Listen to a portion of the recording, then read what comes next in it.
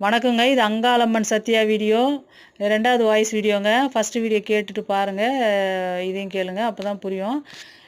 நாங்கள் மண்டபத்தில் வந்து உட்காந்தோங்க. அம்மாலாம் பார்த்துட்டு எல்லா சாமியும் பார்த்துட்டு ரொம்ப டயர்டு. வெயில், பயங்கர வெயில், பசி உயிர் போகுது. இருந்தாலும் அங்கே வெளியே நடந்து போய் நம்ம சாப்பிட்ணுன்னா அங்கே கடைகள் ரொம்ப தூரத்தில் தான் இருக்கும் பொழுது சாப்பாடு கடைகள். ஏன்னா இன்றைக்கி அமாவாசை கிடையாது இல்லைங்களா, சாதாரண நாளில் சாப்பாடு கடைகள் இல்லை.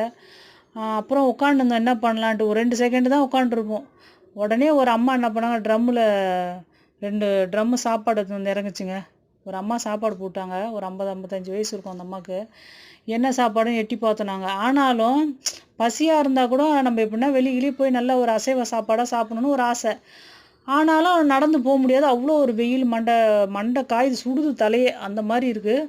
வெளியவும் போக முடியாது. ஆனால் சரி, புளி சாதம் அதுவும் வந்து அம்மா பிரசாதம் கிடைக்கிறது கொடுத்து வச்சுக்கணுமே, நோய் நொடியெல்லாம் போனோம் தாயேன்னு சொல்லிட்டு ஒரு ஒரு ஒரு பிரசாதம், ஒரு தட்டு வாங்கி கொஞ்சமாக புளி சாதம் வாங்கினேங்க.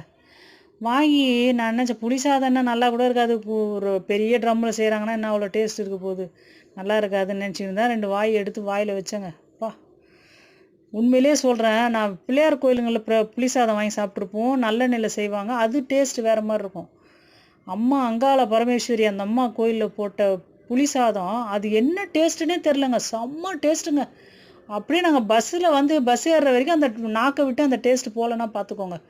புளி சாதம் நல்லா இருக்காதுல்ல நினச்சோன்னு சொல்லிட்டு மறுபடியும் அந்த கூட்டத்தில் முடியடிச்சு போய் மறுபடியும் தட்டு ஃபுல்லாக புளி சாதத்தை வாங்கி அப்படி வயிறு ஃபுல்லாக சாப்பிட்டுட்டு இன்றைக்கி வீட்டுக்கு வந்து தாங்க நாங்கள் அந்த பிரசாதத்தோடு தான் வீட்டுக்கு வந்தோம். நாங்கள் சாப்பிட்டு வேறு எதுவும் சாப்பிடல.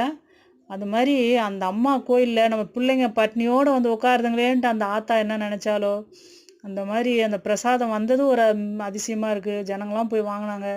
எங்களுக்கு அது கிடைச்சது பெரிய விஷயங்க. ஏன்னா கூட்டத்தில் அவ்வளோ கூட்டம் காலி ஆகிடும். எப்போவுமே நான் பிரசாதம் கிடைக்கவே கிடைக்காது. ஆனால் இன்றைக்கி கிடைச்சிது, நல்லா சாப்பிட்டேன்.